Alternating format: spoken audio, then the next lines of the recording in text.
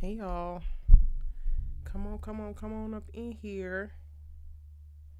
Coley, hold on. Coley is soaking wet from the raining here. Give me 1 second, y'all.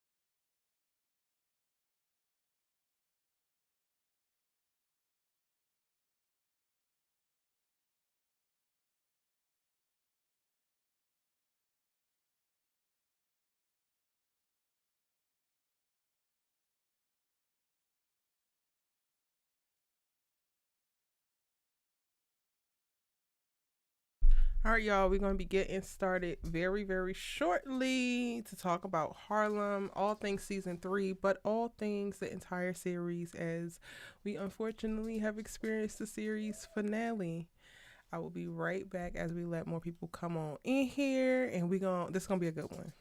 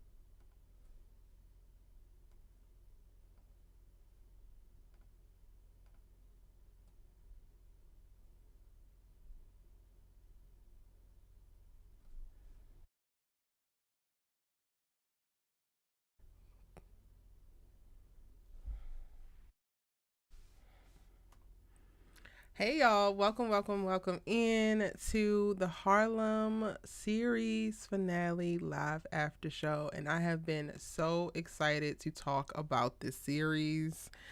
They came, they went so quickly with only 6 episodes in the final season, dropping 2 episodes each week. We only had 3 weeks with the girls, but they made the most out of those 3 weeks. And while I thoroughly enjoyed it, I did not do a wonderful job of keeping up with all of my breakdowns. I still owe you guys episode 5 and 6 breakdowns, which are still coming.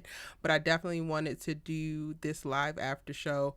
To just really celebrate but really unpack the series, not only season 3 but all that we have gotten in the entire 3 seasons of the show. They really, shout out to Tracy Oliver, shout out to Megan Good, Shaniqua Shonday, shout out to Grace Byer, shout out to Jerry Johnson, and all of the other creatives behind the scenes as well as on camera, who came together to tell this story of these 4 phenomenal women living, loving, laughing, and sometimes losing child in Harlem. I think that they did a wonderful job in how they were able to depict each of these young women. I think that they put together such an incredibly diverse, but still cohesive group of girls within this girlfriend group. And they really push the boundaries as it pertains to some of the conversations around Black women, specifically Black women in friendships and Black women in love, with the short amount of time that we have had with them on our screen. So I just want to give forever kudos to them because they really did an amazing job, like a freaking standout job with this series. And season 3 did not disappoint, other than it only being 6 episodes, and we definitely needed a little bit more. Now, in this live, I want to really go through as much as possible. I want it to be as comprehensive as possible. So we're going to talk about each of the characters' journeys, but then we're also going to go into specific themes that came up throughout the series and really deep dive into some of those, at least some of the ones that really tickled my fancy, okay? At any given point, feel free to let me know in the chat who your favorite character is. If you're catching this on replay, then let me know in the comment section, because this is a conversation that we can keep going for quite a while. One of the things that I really, really enjoy about Harlem as a series is that I think that it is highly rewatchable, and I anticipate that I will be rewatching this series for years and years and years to come. I'm a little bit saddened even when I think about saying that, right? Because this series was definitely on track, or could have been on track, to have a girlfriend's run, to have a really, really, really iconic run and make a huge stamp in television, specifically for Black women, and really pick up the mantle from Girlfriends, right? I think that this show, and not necessarily to compare, because it's not necessarily about comparison, but we get to see like a Tyler Perry sisters on the air, and that's particularly because Tyler Perry has built his own distribution channels, and he really gets to green light pretty much anything that he wants. And the way that he produces television, it's in a way that's not necessarily traditional, and it is feasible, right? So we're in the 8th season of Sisters right now, but the crazy part about that is we're in the 8th season of Sisters, and none of our 4 and or 5 sisters have experienced anywhere near the amount of growth or evolution as we have watched Camille, Angie, Quinn, and Ty do over the course of only 3 seasons, with a total of 24 episodes for those for those 3 seasons. Like, they've only had 24 episodes and have shown immense growth, immense character development, immense just like storytelling. And we get 22 episodes of Sisters each season, and we're in the 8th season, and they still haven't seen that much. So when I think about that, I'm kind of frustrated, because it's just like, not that I want Sisters to end, because I don't actually. I want there to be more options specifically for Black women to see themselves in television and film. But I would love for Harlem to still exist as well. And while we're talking about it, honestly, Run the World shouldn't have ended either, but alas, this is where we're at, unfortunately. Okay. Now, I think that the final season, may have wound up being their best season yet, but I think that that's only because they had such tight constraints, but they were still able to pull off so much. Like, I think that with getting the news that they were only going to be greenlit for 6 episodes and knowing where they wanted the characters to actually end, I feel like they did as much of the compromising as they could while still sticking true to each of the character journeys that may have been planned, and then they still executed it in a wonderful way. So I'm honestly giving season 3 a 10 out of 10. I'm not even gonna hold y'all. Um, I really enjoyed pretty much every episode. Um, in the finale was, I think, the most emotional one, but it was mostly emotional because you just get to celebrate, right, with everybody arriving at a place that they're happy with. And ultimately that's what we really be wanting for these black women that we see on screen. Anywho, we're gonna go into the character journey conversation, and I'm gonna start up with Camille, our little leading lady, Camille. And I really enjoyed Camille as an overall character. I think that she is phenomenal for Megan specifically. Like, Megan stepping into this role was such a brilliant idea. I think we got to see a different side of her. We got to see her explore more of herself, and I feel like we get to see a lot of Megan within this character, and not that we didn't get to see that with her previous characters that she has been on screen with, but Megan has been, acting since she was a child. I think that this is now a lot of things are just really starting to click, and they're coming out within the Camille character, which is just another reason why we need to still have this character, right? She's absolutely insufferable at times, annoying and frustrating, and girl, why are you doing that? But she is just so real and so grounded, and I really enjoy watching her journey, specifically over the course of the series. Camille's struggle was mostly within career, but like right behind that was within romance, and then ultimately with this season, motherhood. But it was mainly just like a battle for her between career and ambition, and what does her romance look like, right? We learned very early on in season 1 that Camille and Ian seemingly were perfect for each other, but they broke up when she decided that she didn't want to put her life on hold to follow him to France as he was pursuing further in his career as a chef. So they broke up then in this very dramatic ass breakup. When you really think about it now, it's just like, bruh, it really did not even require all of that, y'all. Like, y'all didn't even have to do all of that, but alas. Let me double check and make sure everything is good with audio, because I didn't even do that. I just really started talking. Give me 1 second, y'all.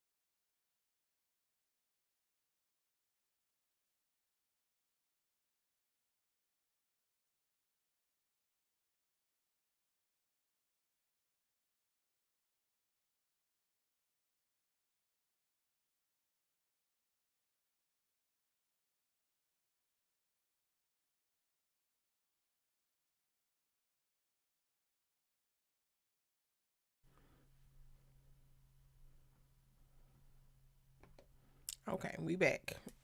All right, staying on Camille, right?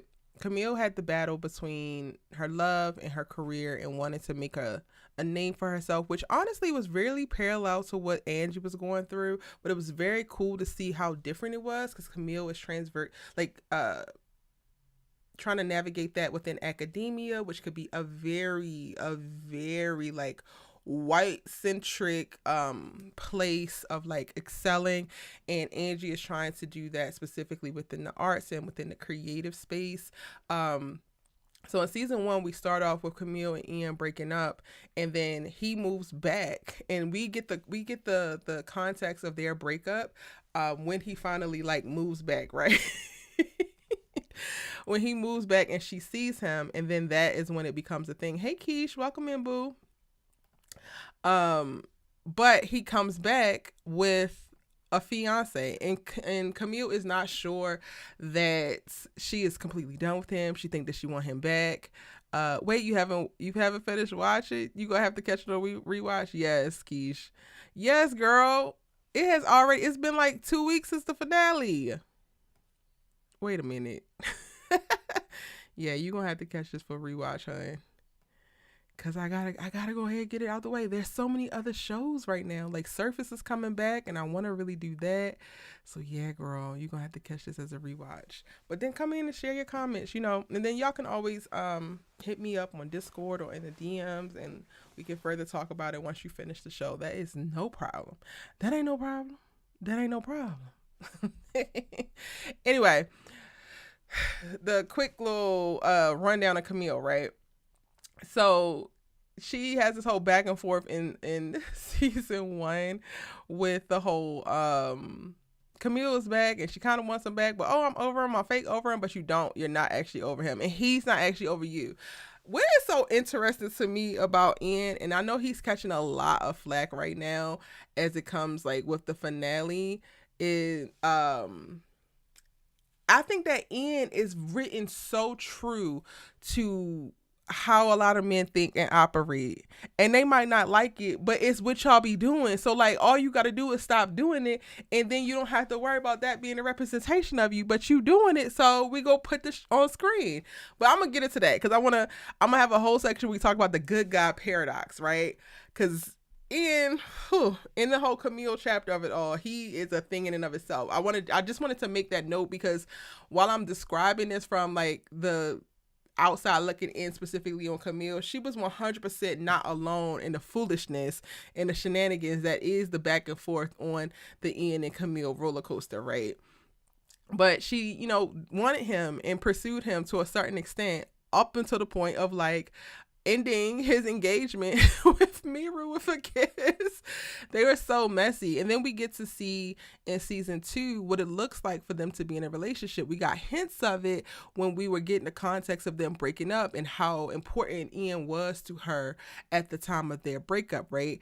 But we really get context of what they look like in relationship in season 2, and I felt like they did a really great job with it because it wasn't just all hunky-dory, it wasn't all flowers and rainbows, there was a bunch of battles, and specifically them getting to know one another again, them really getting a better understanding of themselves specifically as they navigated their romantic relationship with one another, and having all of the best intentions in the world and really wanting to make this thing work, but then also being kind of scared. Like, I feel like from the moment that Camille left Ian the first time, he was always on guard from that point on of like getting rejected and getting his heart broken.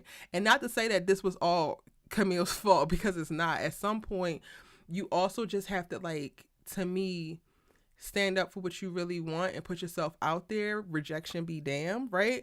But that was definitely something that was like harbored for him internally. Hey, Lamac. Kofi is so fine, but Seth is we gonna talk about Seth once we get to Quinn. But going back to Camille, thinking about her in that relationship, I think that upon them getting back together, she didn't want to hurt him again. And season 2 feels so very pivotal to the character arc for the character of Camille, because she was excited to be back in a relationship. And even with the ups and the downs and the fights and the disagreements that they were having, they were learning each other. They were learning each other's communication style. They were learning how to better navigate in a healthy way with one another, which I was never really mad at. I thought that it was just their relationship was progressing naturally, and they were going through the things that they needed to go through to be the best partners that they could be for one another, right?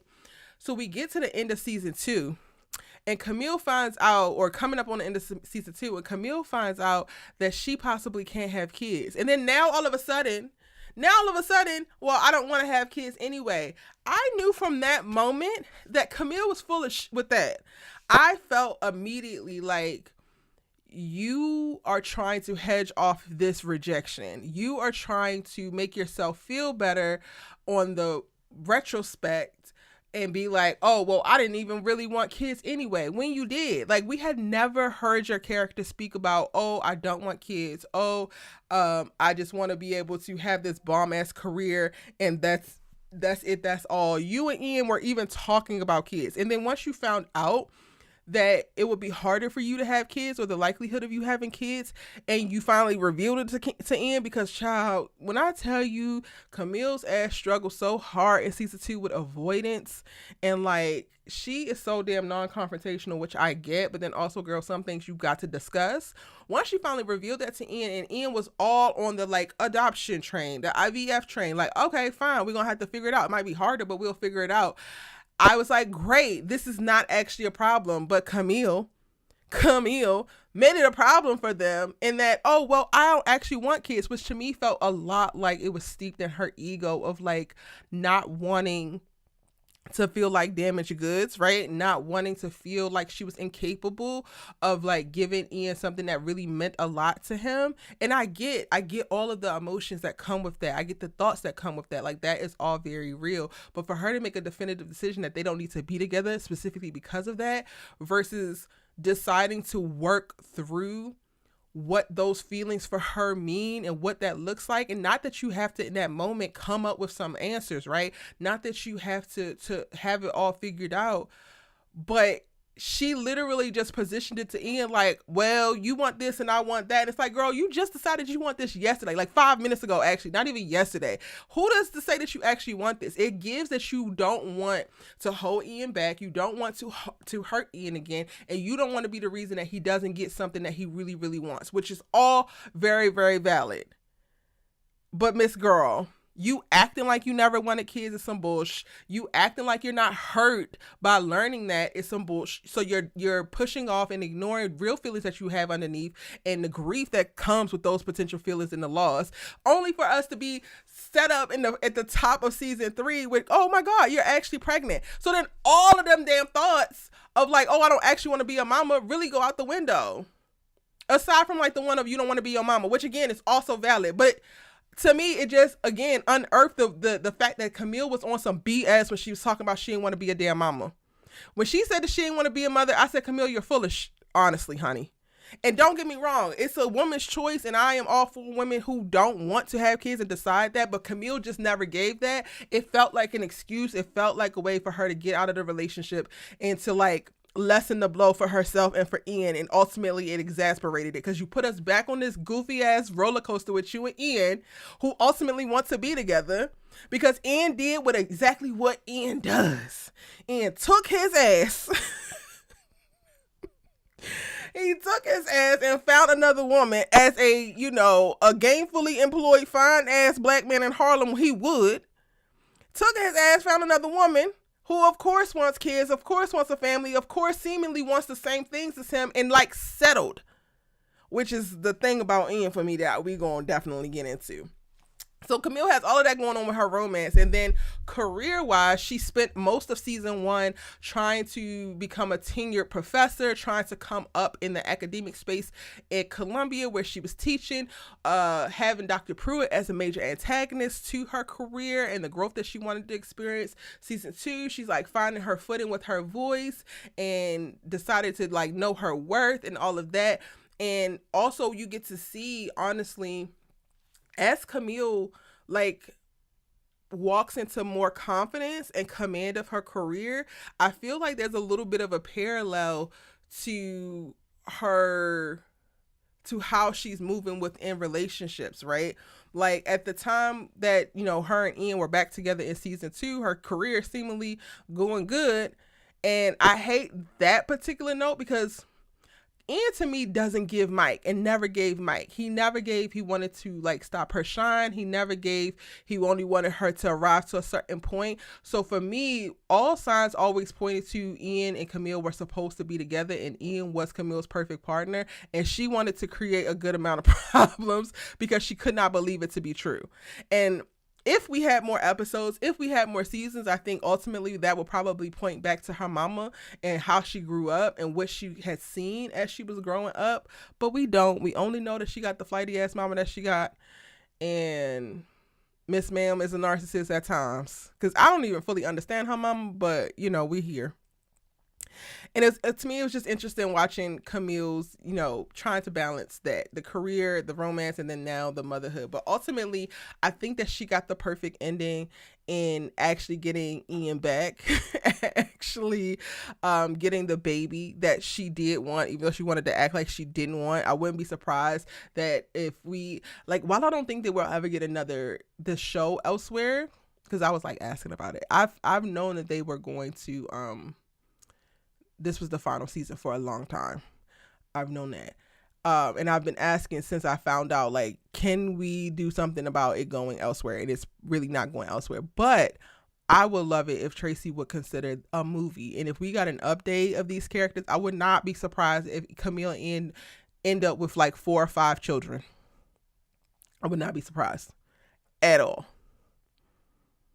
Not 1 ounce of surprise ship. And along the way, it was really great to watch the growth for Camille as a character. Specifically when you get into season 3, I feel like the growth is so much more pronounced because she's on a more strenuous timeline, right? You got the 9 months that you baking this damn baby and you got to figure it out. When I tell y'all, hold on, let me find it. Let me find the exact moment that I was I don't think I have ever been more proud of Camille than I was in this moment, y'all. I have never been more proud of her than how I was feeling with her at this moment. You know what?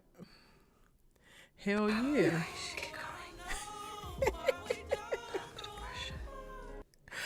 I was so proud of her. This to me was the most, she's definitely grown over the course of all 3 seasons. But this moment showed oh no, I am for real, not playing these goofy ass games no more. I am for real, not just going to fall into being led by my feelings and the romance of it all. I am for real wanting to make specific, decisive decisions that are going to align with the life that I want to cultivate, or we not doing nothing at all. And I'm you know what? Hell yeah.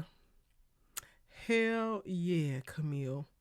We love this for you, girl. I was hollering, y'all. I wish I would have recorded. Oh, maybe I did. I think I did. Okay, I still got to release that for members because I forgot. I think I recorded my reactions when I was watching this. Oh, I gotta release that. But I was literally scared. I was Camille, don't kiss that man. Camille, don't kiss that man. If that man kiss you, that's one thing. But Camille, do not kiss that man. Do not kiss that man. Do not kiss that man.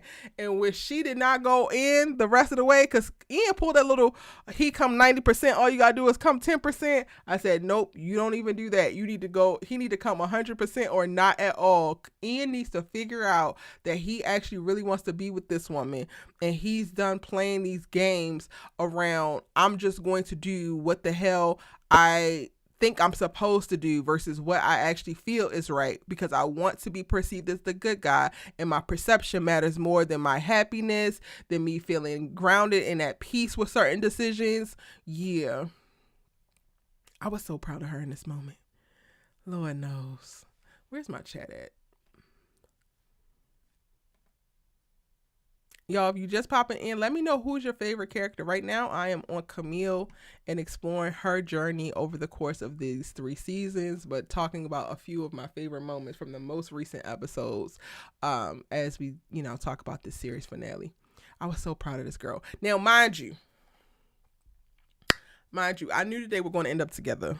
They had no choice but to end up together. But specifically in this moment, Ian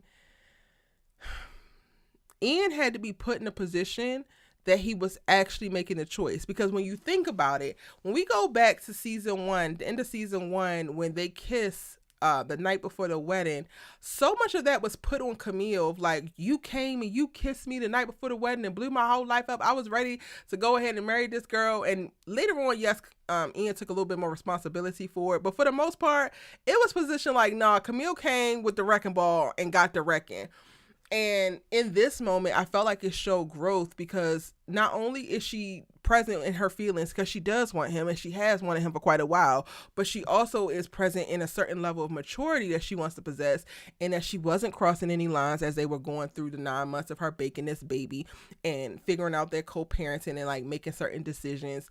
And she could also, I would imagine, spot in Ian not necessarily coming all the way, of like, it would be putting her again back into that position with Mira, and she needed to give him the option to like make the choice, or it's off the table. And I was just so proud. This was just such, it was chef's kiss. Chef's kiss, y'all.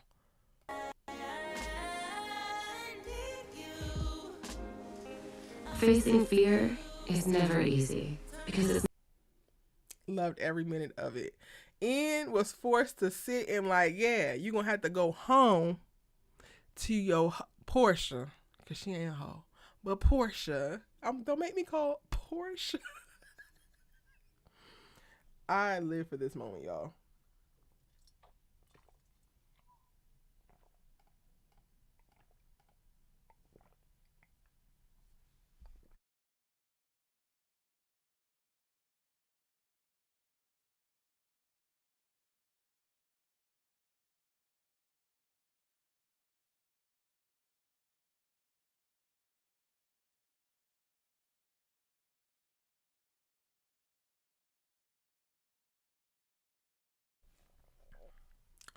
Now, since we're on Camille and subsequently Ian, I want to go into the good guy paradox right now.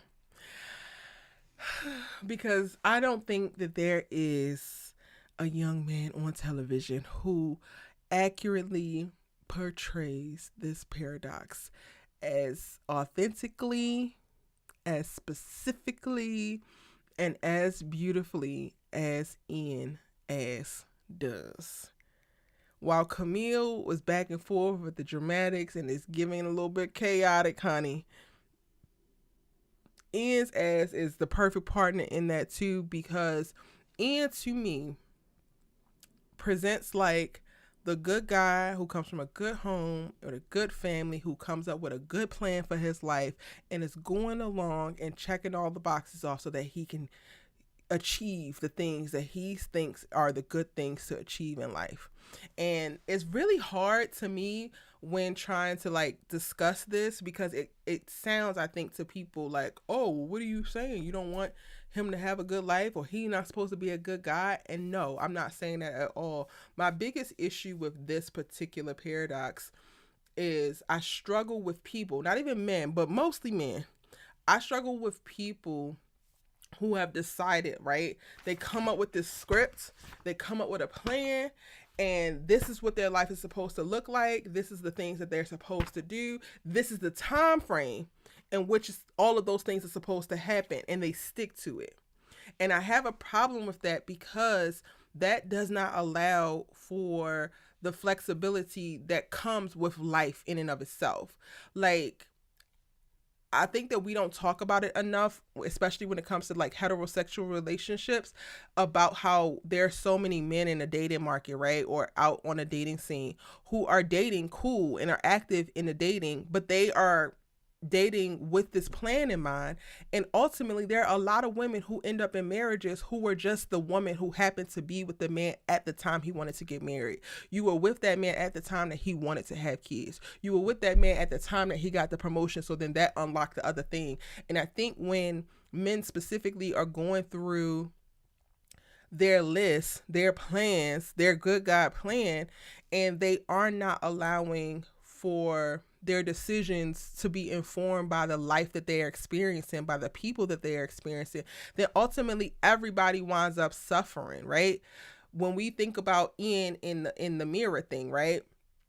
Ian talked about how he knew 6 months prior to the wedding that Mira wasn't that girl. Mira wasn't the girl for him.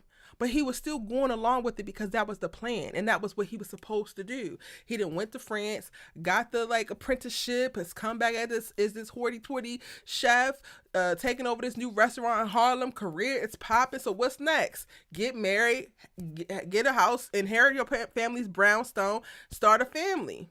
Oh, the girl that you were going to do that with left you at the point when y'all were going to France. Okay, don't worry about it. Ain't no problem. We're going to find another girl while we out. We're going to find another girl who might be a great girl, who might be a nice girl, who might be a kind girl, all of the great things. But she still doesn't have that thing that the other girl had, and you know it, but you still want to press ahead with this girl.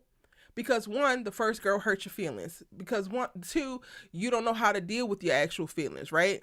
Because you're so focused on the ambition and the plan of it all that you haven't taken time or inventory of how you feel, of what you're thinking, of all of those things, and then using that to inform your next decisions. Ian is just like the prototypical guy to do this. And on the surface, it looks like the well-intentioned good guy, but ultimately he winds up being the most harmful to the most people because all of your damn good intentions don't do nothing but pave the road to hell.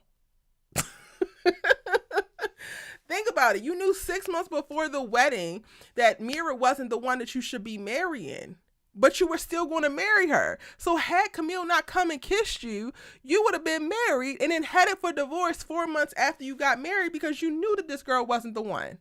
But you got married though. Another check off the list.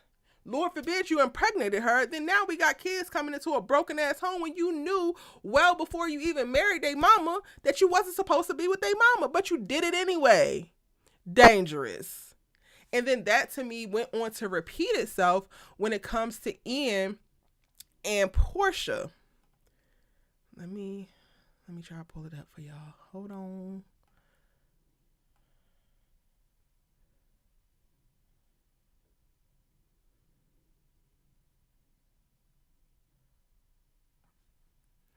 Let me find it.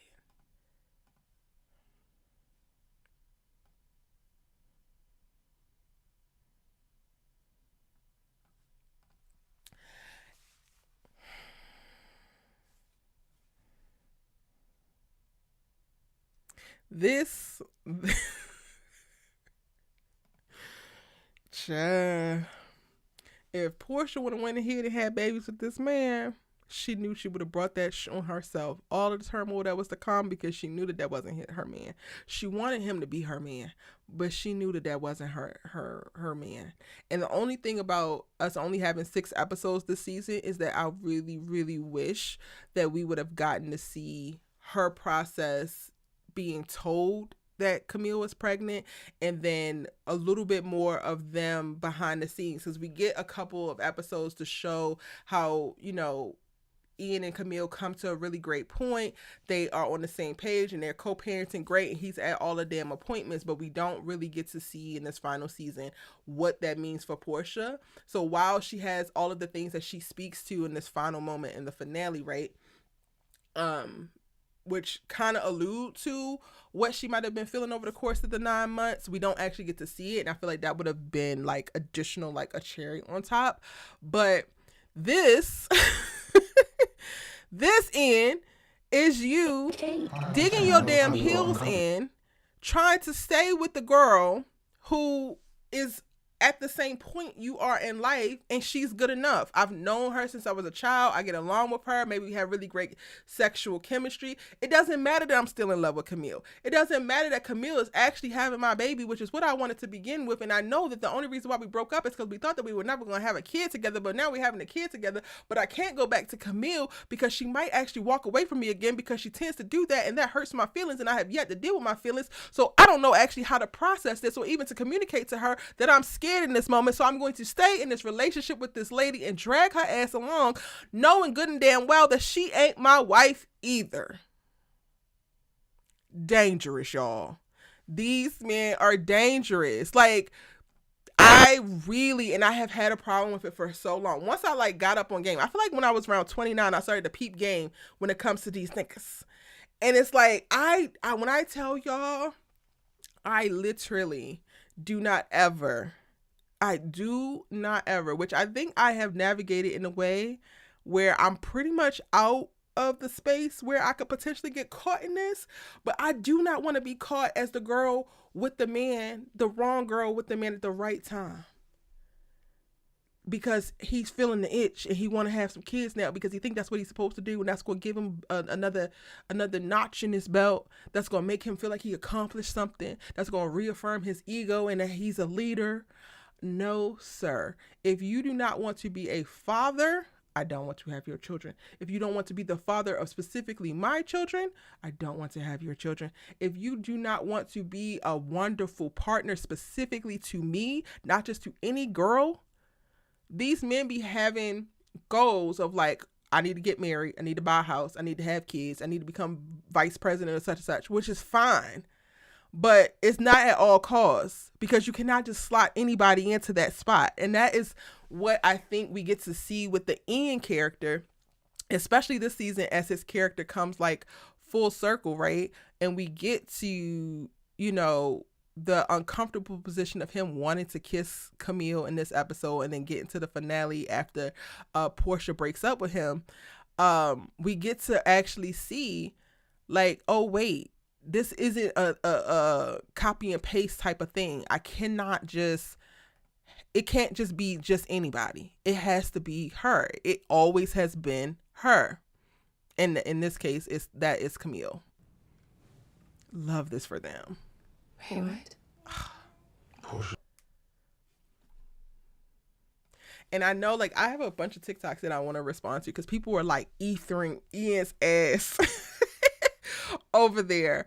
But I think that this is the conversation that we're not actually having. So like, while I have all this criticism for the man that Ian represents, I'm really glad that they gave us him, because I think that we needed to see it so that we can have these conversations, so that we can point this out. And hopefully, like, maybe not necessarily if you are dating an Ian, but maybe your brother or your cousin is an Ian, right? And he need help. I thought I was doing a good job hiding it, but he don't know how to process his feelings. He don't know how to deal with his desires. He is not navigating romance appropriately, and he is conflating at times maybe the lack of progress of getting what he wants personally with professional success or overall success as a person, right? Which is all of the things that I think might go into what these men sometimes tell themselves when they decide to settle. When they decide to settle with the woman that they don't actually want, but they can deal with or can tolerate. When they decide to just do the thing at the time that they think that they're supposed to do it, versus go with what is most pulling at their heart, most feeling aligned. Like, I would argue even, I would actually want to know, like, maybe I'm gonna start asking men this, but like, I would love to know how many men actually feel aligned with their current circumstances, and specifically the decisions that they're making within those circumstances. Because I don't even know how many men think about alignment. And to be fair, like, in my 30s is when I started thinking about alignment. This isn't something I was taught. This is something that I definitely had to cultivate for myself when certain things weren't adding up or making sense. And I'm like, I need to go out here and make it make sense.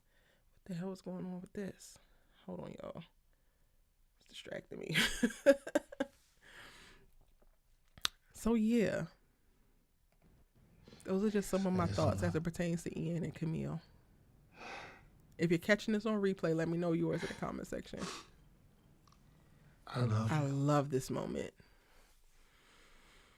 And I want more men to have it. I want more men to wake up and realize the lies that they told themselves and go for what they know they deserve and want.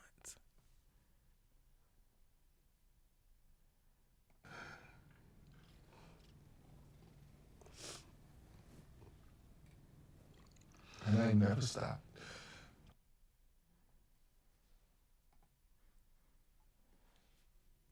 Shout out to Tyler Lepley, breathing beautiful life into Ian and giving us the good natured F boy who finally got it together. He was so damn excited about that minivan, and I felt him on that. I had wanted a minivan, specifically as it pertains to family, and like when I have a family, getting a minivan. I have talked about that since I was at least 13. My cousins could tell you, and one of them like, Erica, you're not getting no minivan, you're getting an SUV. And I'm like, no, I'm getting a minivan. Cannot wait. Anywho, I think that's pretty much it when it comes to Camille and Ian. Where we going next, y'all? We going to Angie? Or we going to Quinn? We going to Ty? Where are we going? What we need to talk about? Or who we need to talk about next? Because we got plenty, actually, to talk about. My word. I really enjoyed seeing Camille find success outside of academia, but still like adjacent to academia and launching her book. She finished her book over the course of her 9 months because she's like really needed the money. But she finished her book, and then we get, you know, as the end, the happily ever after of like her being at her book like signing or launch or something like that. Ian is there. They're seemingly married because her name is hyphenated, and it's just like, yes, girl, you deserve. Love this for you.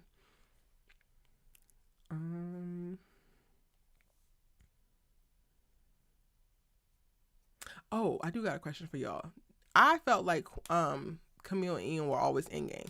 Let me know in the chat or in the comments, did you always think that they were in game? Or were you unsure? Hey, MJ3009. You want to go to Quinn next? Quinn. Quinn. Listen here. Quinn is stressful. Quinn's ass is big stressful. But what I will say is that I did enjoy her this season. And that is coming off of a season where I really did not enjoy her. Like season 2, I had it with Quinn. I was so over her.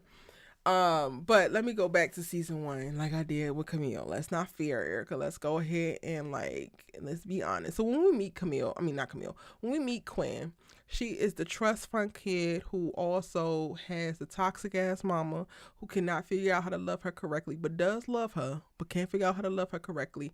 And a little bit more of an absent father because he's like there, but from a distance. And she feels her daddy's love, but she experiences her mama toxicity a little bit more. And she's trying to figure out how to make an impact and also how to make a name. She is a fashion designer. She owns a boutique, but she's struggling to make that boutique make money at the start of the series. And she's also playing host to one of their group best friends, but specifically her best friend Angie, who is living with her rent free and watching the girl spiral. And Quinn's main thing is that she so deeply wanted to be loved. And I think that they touched on it over the course of the seasons, but they didn't really go into depth in reference to how much I think that this particular issue is a mama wound. This is a mother wound if I ever seen one.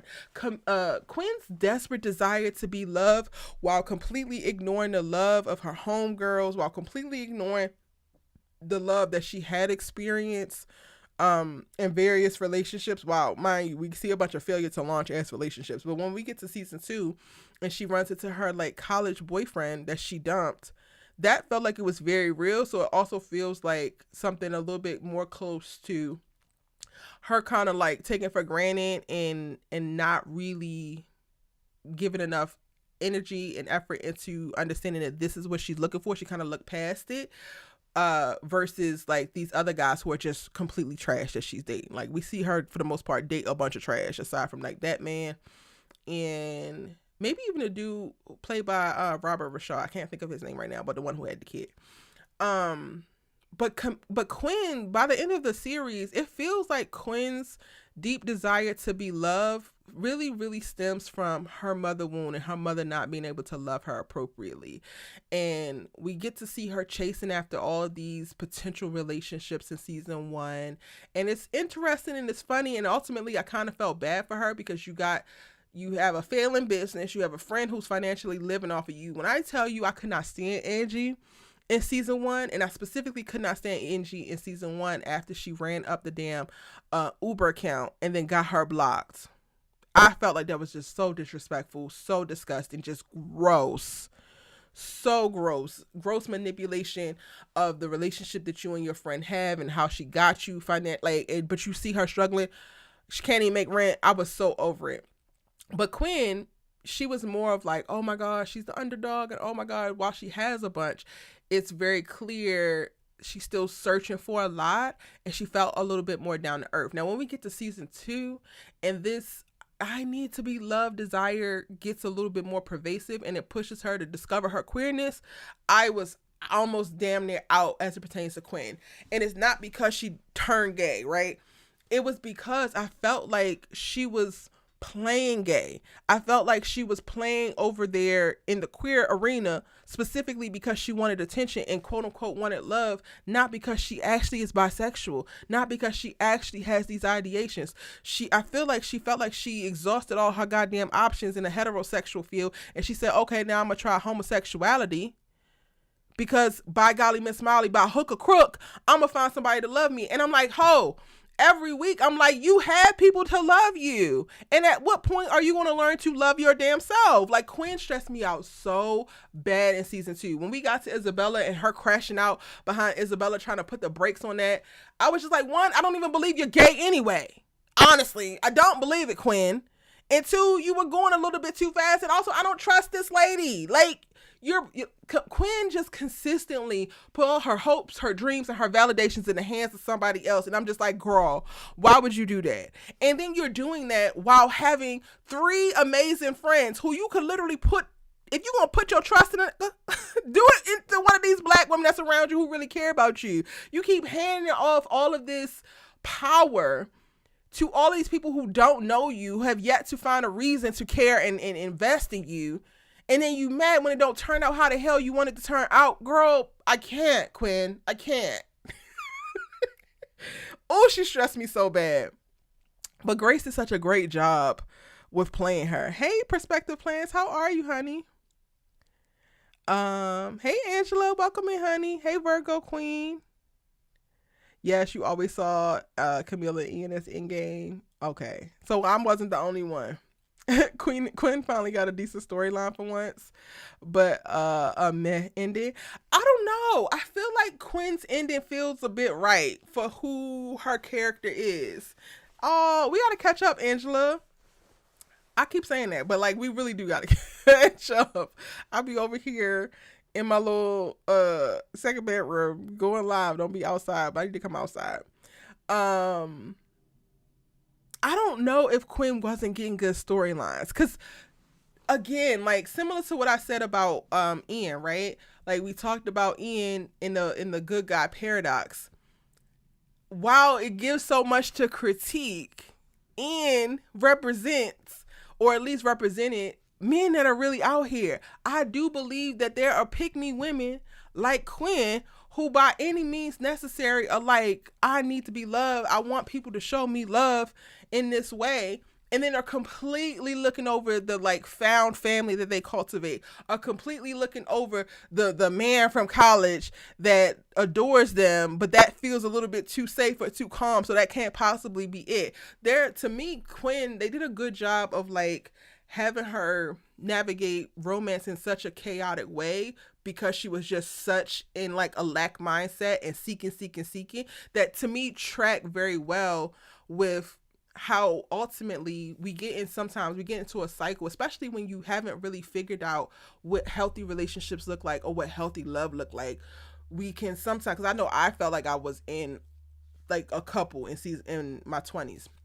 You get into these cycles where it almost becomes like a self-fulfilling prophecy, because you are looking for like you're looking for your type, but then ultimately your type tends to come with like whatever little toxic traits. So then when they're doing certain things, you are more engaged to like stay and like fight through whatever the little thing is that's pissing you off or it doesn't feel quite right, because that to you feels more like a real relationship or feels more like real love. But then when the quieter, like easier person to get along and align with comes along, you don't actually pay that as much time or energy or attention, because it doesn't feel normal to you. It doesn't feel like what you have conditioned yourself to believe love or relationship should look like. And I think that that's something that Quinn actually struggled with. Now, I don't know if that's something that they communicated as clearly in the choices made for her, but that's the things that I picked up on based on her writing. And ultimately, I would say that everybody was written really, really well, because they did elicit reactions. Like I had a trade-off for, like, I started season 1 hating Angie and then grew to love her. Season 2 loved her. I felt like that was her breakout season. Season 2 couldn't stand Quinn's ass. But now I'm back. Like, I had moments where they elicited really strong emotions from me on multiple fronts. So that to me is what I would say would signify really great writing. And it's less like she didn't really get good storylines. I feel like she might represent a very specific niche of biracial pick-me women. I'm just saying, I wouldn't know that to that depth because I am a dark-skinned Black woman.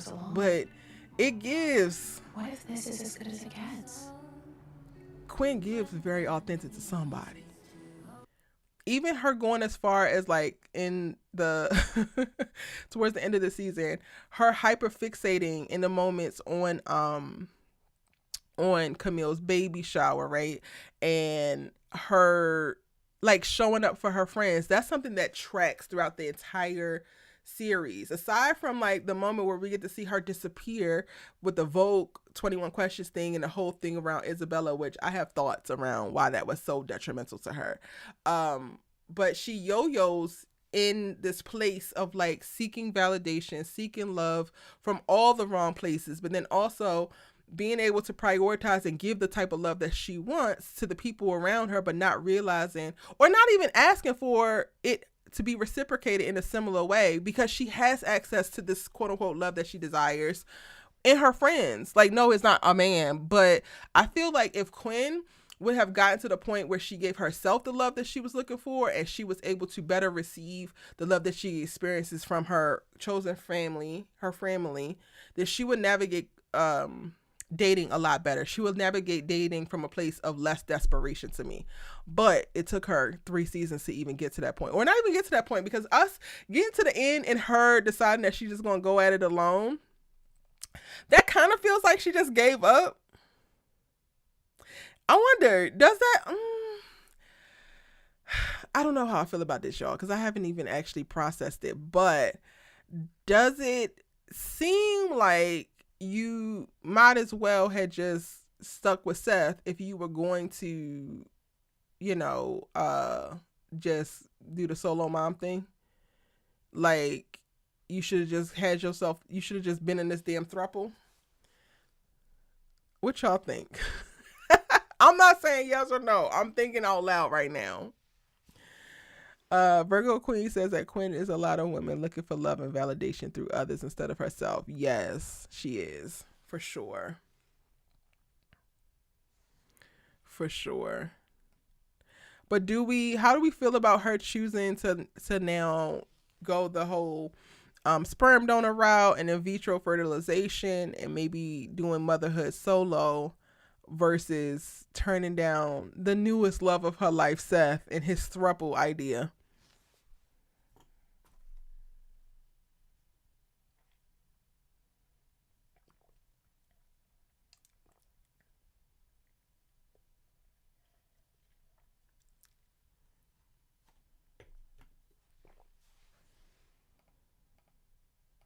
I'm going to give y'all a little time to post your thoughts in the chat.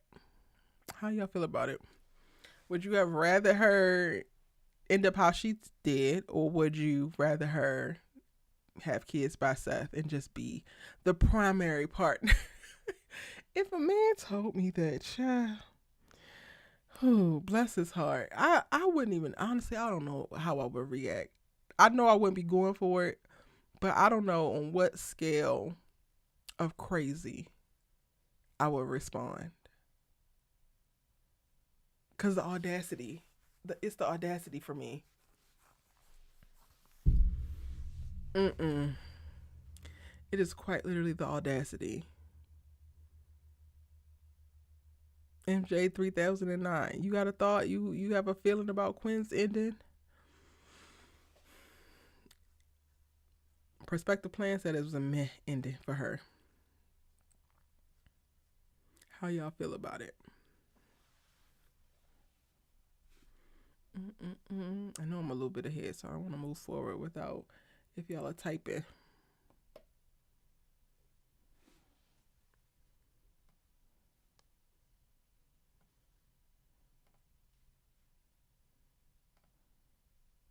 This was wild. Kept changing. I wasn't sure how formal it was to meet your non-monogamous boyfriend's girl. Seth is fine. Lord knows he is fine, but I don't. It's. Whew. Jesus would have had to intervene because I would have been on that man's ass so fast. Sir, what the hell do you? But also, I'm not into that, and I want to. I don't know. I want to make sure I don't like demonize polygamy. That's what it's called. I don't want to demonize polygamy because your choice and whatever makes you happy, go for it. But it's just not for me.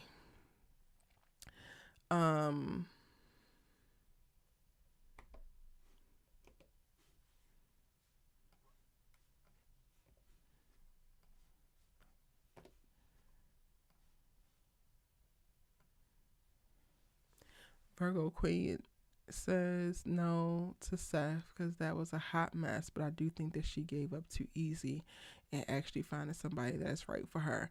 Yeah. MJ 3009 says I think that she should have stayed with Seth. Really?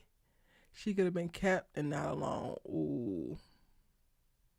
What I was wondering is like, yeah, okay, Brittany, for them to usher in the idea of her doing solo parenting and having Brittany being the one to have that idea and cart that in, I was just like, nobody wants to be like Brittany. Brittany ass is a hot ass mess. Did we not see that damn engagement party, that Titanic theme ass engagement? Absolutely the hell not. We're not following in Brittany's footsteps, right? But the first thing I thought when she started to consider and like made the call to like set up appointments, I'm like, girl, where is the nigga from college? The one who wanted to take you on that damn boat date, but you decided to do it for yourself, rightfully so, because you had to get to a place where you love yourself and appreciate yourself and all of that kind of stuff. But why, once we get to a healed place and now we decide that we want to be with a man, we want to fall in love with a man again, don't we call him up? Because he said next time he wasn't letting your ass go. Where is he at? You want to go and fall in love with the Dark Knight who want to add you to a goddamn harem. Meanwhile, college boyfriend is probably still waiting by the phone. Quinn.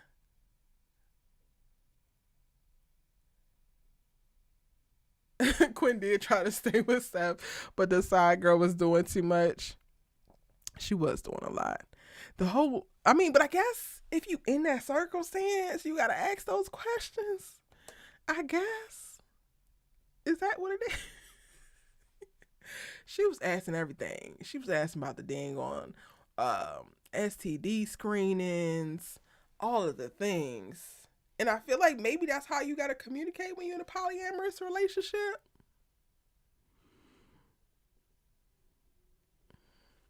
I don't know. It's just interesting to me. I don't know if I feel like Quinn's decision to go at motherhood alone feels as empowering as they want it to seem. Because to me, my first thought is it feels like she gave up too soon. But then I do want her to feel capable and empowered on her own. But I never really imagined Quinn not actually getting anybody, because Quinn is a great girl and she's 100% deserving of love. I think that her desperation really messed her up more often than not, and her not being clear on who she is and like what she is, right? So her arriving at the end with no partner is not the worst thing, because I don't ever want to say that, but it just feels like, damn, you did all this just to kind of quit? Okay. And I don't know, when I'm thinking about, like I told y'all about like Ian and Camille, I could totally see them years down the line having way more kids. I could, when I'm thinking about, let me see, when I'm thinking about Quinn 5 years from now, I feel like she's not necessarily happy. She might be a mother. She might find moments of joy in that, but I don't know if she's going to be necessarily happy with this decision. And if she's really found like peace in being alone. All right, who's next? Todd or Angie? Ty seems is gonna be very quick. Like Ty stuff was just so straightforward and so well done. It's just like clear, boom, boom, boom. Virgo Queen says she literally took advice from a Looney Tune. Quinn was definitely too desperate at times, trying to fill a void that she has being alone, for sure. It's the taking the advice from a Looney Tune for me. We knew that Britney's ass was off her rocker from jump. Quinn girl, you and her do not actually need to catch up.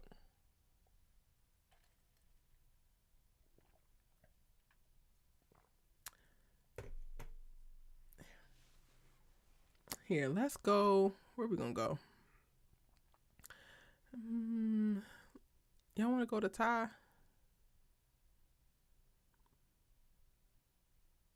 Like I said, Ty is gonna be easy peasy lemon squeezy. So let's do it.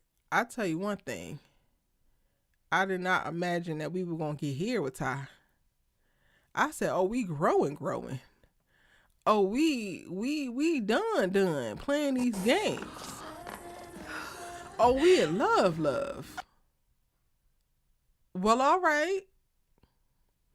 The only thing that I would say that I would love to have seen is Ty actually go back home, because I had been kind of like wanting that since Brandon popped up. Like when we learned that she ran away and just never looked back, and she only talks to the one cousin who also lives in New York, but had never seen like her parents and other family members again. I was like, oh girl, it is so clear now. You were moving with such detachment. I'm surprised that you were even able to cultivate this friendship with these girls. Which I guess, your need for family probably pushed you in this direction. But Ty, baby, it's giving. This is 100% tied to your family trauma, boo. This is 100% tied to you not having a safe space to express who you are, be who you are, and grow in that identity. Because you're running through women like you change straws, honey. It's a new woman every time you change your drawers. And I'm like, at what point you gonna run out of women? But I also think that there was a certain level of all that we saw with Todd that was kind of necessary given the circumstances of what she was going through and how she's trying to like actualize herself in life. So when we meet Eva in season 3, it feels like the right girl at the right time. And ultimately the plant lady could have been it, but Todd was too busy smashing her daughter. Off some ego stuff too, Todd. That was on some whole ego. Child. But I wasn't expecting this. Were y'all expecting Todd to end up engaged at the end of the season or a series?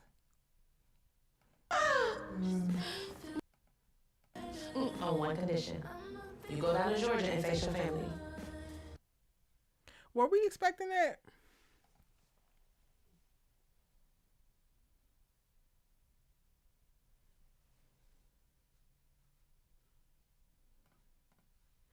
Virgo Queen says, I wanted Ty to go back home too. I would have loved to see how she handled that situation. Yes. And her family would have given us more context on her. But ultimately she grew through it. She found a healthy partner to commit to find motivation to work on herself, with and to check all her bullshit with. She had already, bounced back within career wise, right? Like she was having to deal with the competitor in the first season, and then she launched a second app in season 2, which is ultimately like the while Quinn didn't find him on the app, for her to have launched a polyamorous app and then us to have the storyline of polygamy with Quinn, I'm like, I see what y'all did there. Little seeds. Which to me also just speaks to how expansive the series itself was. They touched on so many really, really dope parts of the dating experience for Black women, regardless of like sexuality, right? Heterosexual, queer, whatever. Like they really did a good job of touching on a bunch of different points of views and experiences. You wasn't expecting that. Caught you by surprise. But I was happy for her. I think that Eva is good for her. And I love that Eva stands on business. I love that Eva has a certain amount of command and like self-worth that she wasn't going to let Ty play in her face. She was vulnerable, but she was still strong. And she, to me, feels like the perfect match for Ty in all of the right ways to push Ty out of childish, immature, previous behaviors and into the best version of herself that she could possibly have. Okay. That's all I got for Ty, y'all. I don't really have a ton for Ty. Like, I'm proud of her. But Angie, ooh, child, Angie. Let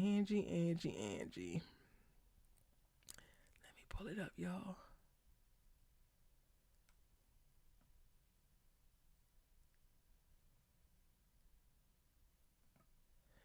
And right now I'm pulling clips from the finale. MJ 3009 said that Angie's situation was annoying. What about it was annoying? What about it annoyed you the most? Please elaborate for me, boo. They didn't had to save the dates coming into the finale, but she have a lot on her mind. I will say this: I ended the season very proud of all the girls, but I especially was proud of Camille and especially proud of Angie.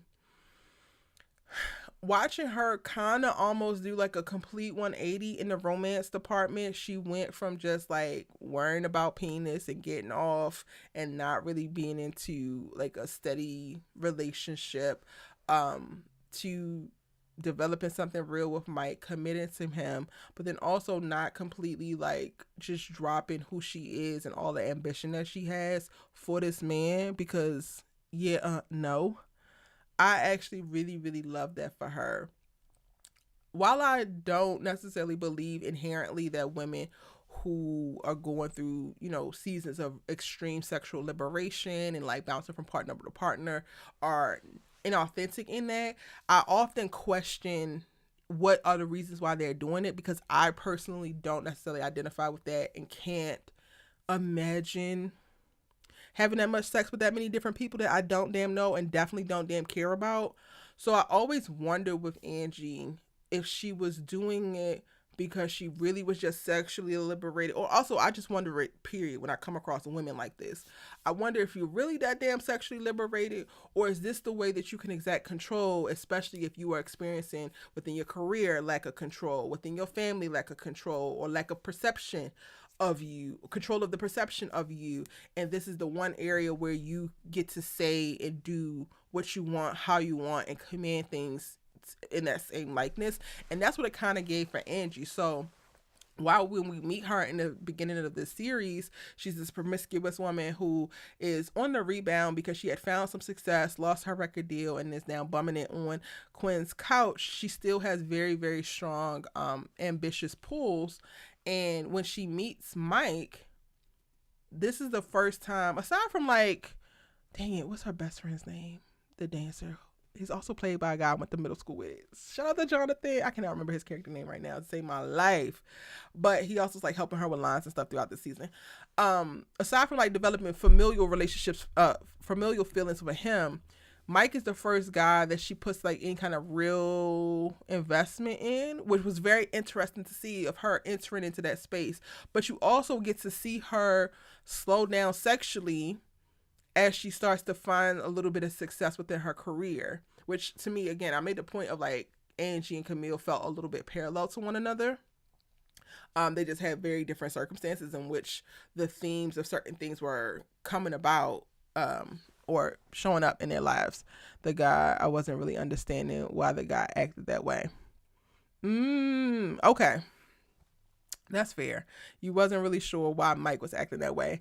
It's interesting because I think like it definitely progressed very quickly in reference to his controllingness and him wanting to like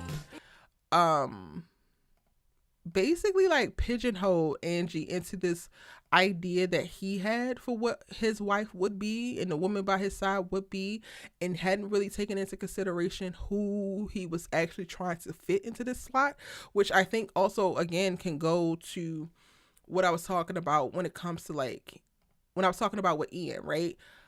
The men who have a plan and have a time frame for when they want to do it, and then whatever woman that they're most interested in at the time it comes up, it's like, oh, okay, great, you're gonna do this.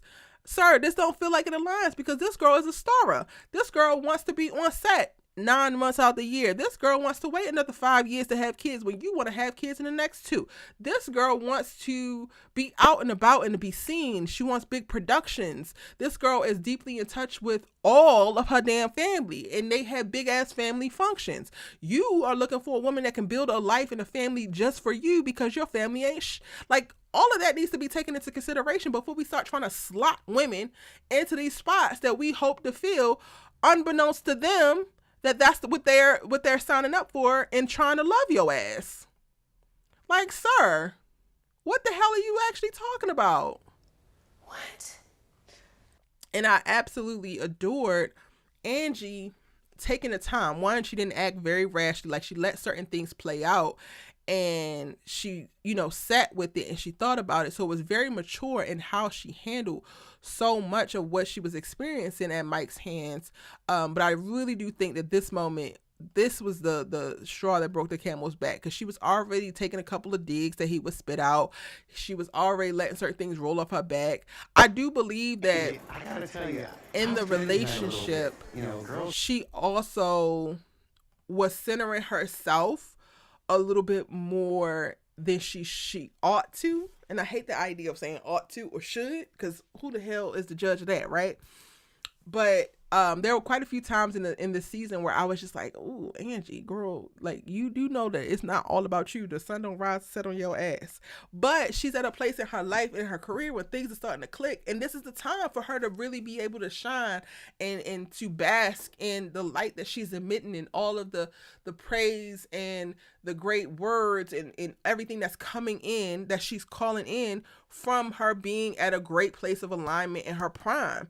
So it also felt like kind of like, okay, well, if she got to be a little bit smaller, then maybe she don't need to be in this relationship, at least not right now, because the relationship is minimizing this moment for her, or is putting her in a position to minimize the moment. Burger Queen said Mike didn't really believe in her or thought her career would amount to nothing. I don't know if he didn't really believe in her or if he doesn't really believe in like the arts. I started to get the feeling of like he got it that she's a performer.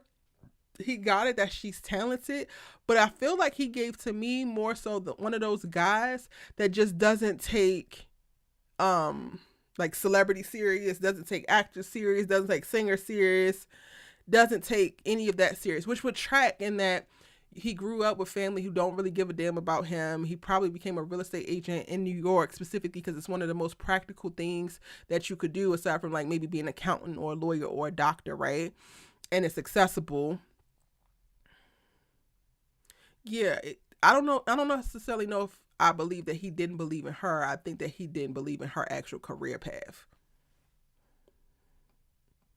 and the significance of it. Like it I guess for him it looked a little too fun, so he didn't take it seriously. The musical. But this, I'm not even gonna hold you. This would have been the moment that broke me too. Because who the hell are you to tell a world famous director that I am immediately not gonna take a role because I gotta marry your beady-headed ass? Like, we can't move this damn wedding. It would be my first feature film. Hello? I just killed it in my Broadway debut. That means, okay, I'm getting lined up to be in consideration for a Tony. Now I'm being offered a movie. Maybe I don't know if this would be an Oscar winning movie, but now no, you don't immediately get to veto that, sir. Who in the hell do you think that you are? Now, again, to the point of like finding the appropriate women to fit the appropriate slots. There is a woman out there who doesn't have as big of dreams as Angie, and ain't nothing wrong with that. There's a woman out there who would love to find all of her validation, great pride, great honor, and how she can use her life to uplift a man and to birth children. So, Mike, you need to go find that woman and you need to go marry that woman. One of the biggest discrepancies that I feel like are playing out right now in the dating landscape for everybody, not even just black people, but I'm speaking specifically for black people because that's all I date, is people trying to align with and be in partnership, specifically romantically, with people who don't want the same things that your ass wants. Stop that shit. Stop trying to get in the same car and go separate places. Okay? You want this, and you want this. She wants that, and that. Those things be whole opposites, but we gonna figure it out and make it work. You just don't want the same things.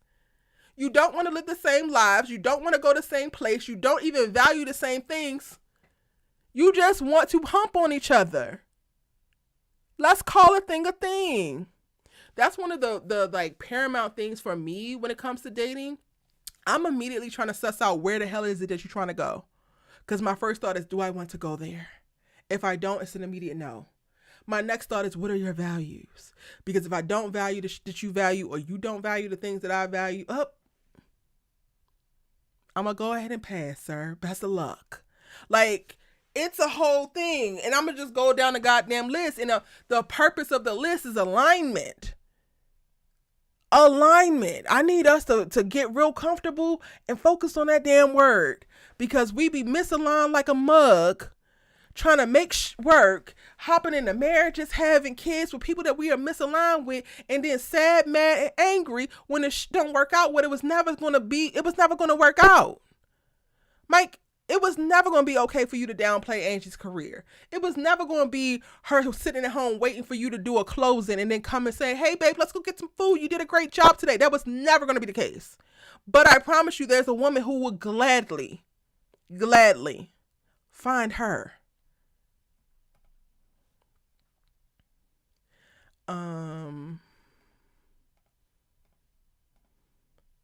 MJ 3009 said, it's funny because Mike was there to see her grow and actually get an opportunity, so why not support that or be excited about it?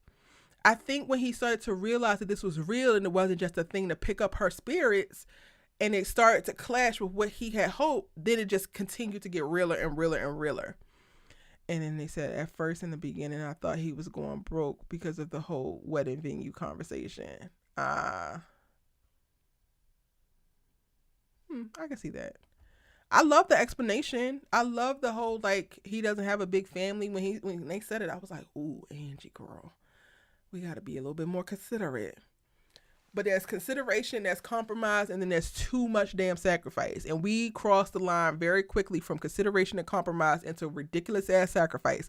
And I'm so glad that Angie hopped her ass off of that ride. Because no, sir, she deserves better.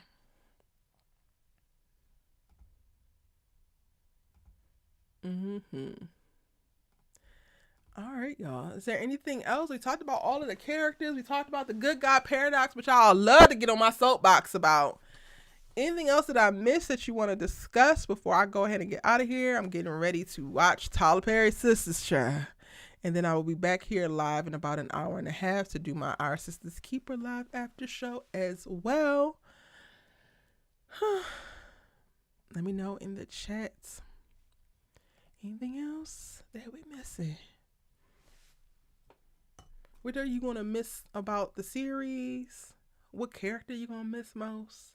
Which character taught you the most?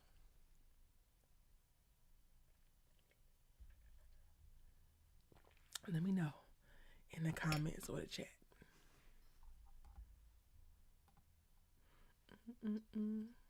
I think I read every comment so far.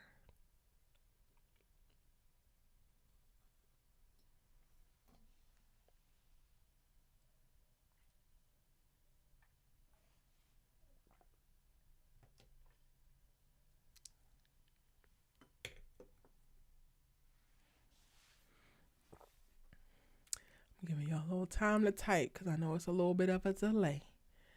Let me know y'all's last thoughts. Anything I missed?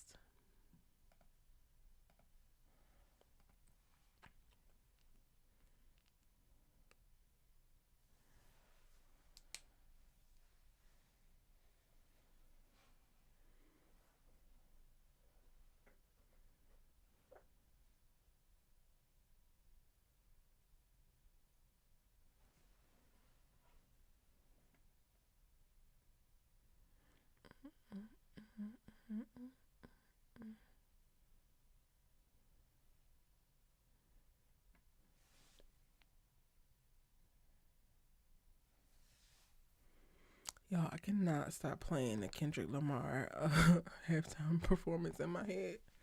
It's just playing on a loop. You gonna miss the whole cast? That's fair. They did a really great job with casting. I think that everybody was placed with the perfect characters. So it was just very well done. I love Megan. I love Megan Good as Camille. I just really enjoy it. And I can't wait to see what she does next. I think that Camille is unlike any character that she has ever played before. And it just further added to her amazing filmography of like iconic characters. I love the introduction of Shaniqua Shonday as Angie. Like, that is Angie. She is Angie, period, point blank. I think that Grace as Quinn was so brilliant. And then I also really enjoyed the introduction to Jerry Johnson as Ty. You gonna miss them all. I'm gonna need Tracy to come up with a movie or something. Like, every 3 years, just give us a Harlem movie. Like, can we get into that? Can we get into, like, that being the thing that we got going on? Anywho, I thank y'all so much for joining me on live. If you catch this on replay, still share your thoughts. I'll be checking the comments. It's your good sis, She Let Her Talk TV with. And I'm going to see you not necessarily in my next Harlem video, even though I do have the 2 breakdowns coming that I'm missing. Be on the lookout for that. And actually, I have a video about Camille and Ian. I started writing this, but then I didn't finish it. And I think I want to finish it. Because Camille and Ian are going to go down in history for me on television. They're going to go down in history for me. So I actually do still have a couple of Harlem videos that's going to come out. So, you know, you guys can check those out when they drop. But it won't be another Harlem Live. So I guess join me if you're watching Sisters, child. If you're watching Sisters, join me for Our Sisters Keeper or another series that I'm covering. See y'all in the next one.